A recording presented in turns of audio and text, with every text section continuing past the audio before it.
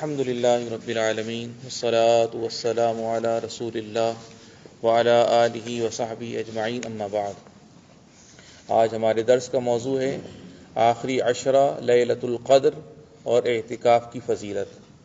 اسلامی بھائیوں، ہم رمضان کے آخری عشرے کے پاس ہیں جس میں لیلۃ القدر کی امید کی جاتی ہے۔ وہ ایسی رات ہے جس کی قدر بہت بڑی ہے، جس کا مرتبہ بہت اونچا اور جس کی بھلائیاں بہت زیادہ ہیں۔ یہ راتوں میں سب سے عظیم اور پاکیزہ رات ہے۔ اس میں اللہ نے قرآن نازل کیا جو لوگوں کو ہدایت کرنے والا ہے اور جس میں ہدایت اور حق و باطل میں تمیز کی نشانیاں ہیں۔ اللہ تعالیٰ نے سورہ قدر میں فرمایا انا انزلناہ فی لیلۃ القدر، یعنی یقیناً ہم نے اسے شب قدر میں نازل فرمایا۔ اللہ عز و جل نے اس رات کی بزرگی بیان فرمائی تو اسے بہترین اور قابل قدر تعریف کا شرف حاصل ہوا۔ اللہ تعالیٰ کا فرمان ہے وما ادراک ما لیلۃ القدر لیلۃ القدر خیر من الف شہر، یعنی تو نے کیا سمجھا کہ شب قدر کیا ہے؟ شب قدر 1000 مہینوں سے بہتر ہے، یعنی یہ ایسے 1000 مہینوں کی عبادت سے بہتر ہے جن میں یہ رات نہ ہو۔ اس کی ایک برکت اس میں کثرت سے فرشتوں کا اترنا بھی ہے۔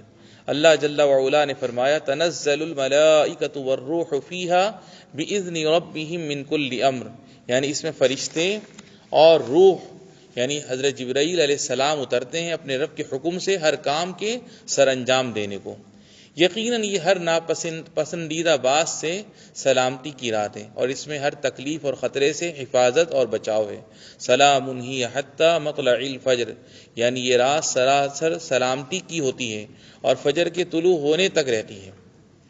لیلۃ القدر کو پورے عشرے کی تمام راتوں میں تلاش کرنا چاہیے، لیکن طاق راتوں میں اس کی ہونے کی زیادہ امید ہے، کیونکہ صحیح بخاری میں حضرت ابو سعید خدری رضی اللہ عنہ سے مروی ہے کہ اللہ کے رسول صلی اللہ علیہ وسلم نے فرمایا فابتغوها فی العشر الاواخر وابتغوها فی کل وتر، یعنی اسے آخری عشرے میں تلاش کیا کرو اور ہر طاق رات میں اسے تلاش کرو۔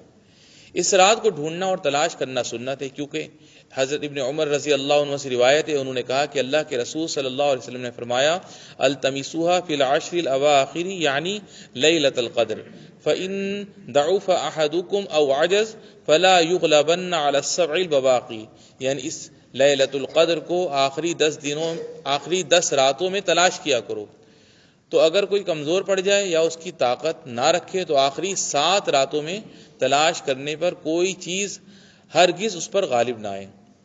اس میں سب سے زیادہ مستحب چیز دعا کرنا ہے، خاص طور سے معافی اور عافیت مانگنے کی دعا، کیونکہ حضرت عائشہ رضی اللہ عنہا سے روایت ہے، انہوں نے کہا کہ میں نے اللہ کے رسول صلی اللہ علیہ وسلم سے پوچھا کہ اے اللہ کے رسول صلی اللہ علیہ وسلم، کیا خیال ہے آپ کا کہ اگر مجھے معلوم ہو جائے کہ کون سی رات لیلۃ القدر ہے تو اس میں کیا کہوں؟ آپ نے فرمایا قولی اللہم انک عفو تحب العفو فاعف عنی، یعنی تم کہو یا اللہ تو بہت معاف کرنے والا ہے، معاف کر دینے کو پسند فرماتا ہے، تو مجھے معاف کر دے۔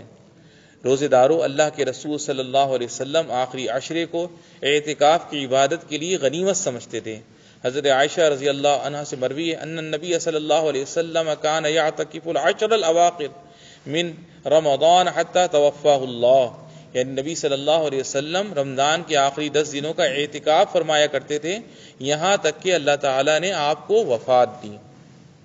اپنے اعتکاف کے دوران آپ صلی اللہ علیہ وسلم لوگوں سے الگ رہتے تھے اور اپنے رب کی عبادت کے لیے فارغ اور یکسو ہو جاتے تھے۔ اعتکاف کی یہی حقیقت اور اس کے یہی معنی ہے۔ اعتکاف کی سب سے کم مدت 1 دن یا 1 رات ہے۔ جو آخری عشرے میں اعتکاف کرنا چاہے اس کو 21ویں رات کو سورج غروب ہونے سے پہلے اپنا معتکف یعنی اعتکاف کی جگہ میں چلا جانا چاہیے اور رمضان ختم ہو جائے تو نکلنا چاہیے۔ یہ رمضان کے آخری دن کا سورج غروب ہونے پر ہوتا ہے اور یہی عید کی رات ہوتی ہے۔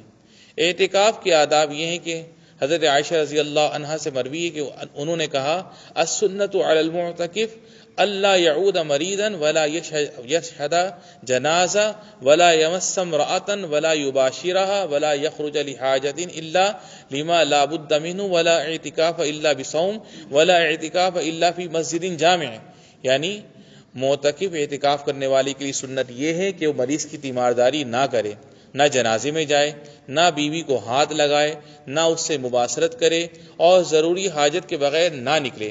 روزے کے بغیر اعتکاف نہیں ہوگا، اور جمعہ قائم کی جانے والی مسجد ہی میں اعتکاف ہوگا۔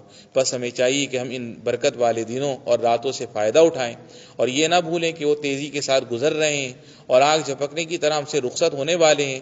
تو ان کی تعداد کا کم ہونا انہیں غنیمت جان لینے کے لیے ہمارا معاون ہونا چاہیے، کیونکہ سعید نیک بخت وہی ہے جو فانی کو باقی کے لیے غنیمت سمجھے اور نیکی و تقوی کے لیے کوشش اور محنت کرتا رہے۔ والحمد للہ رب العالمین۔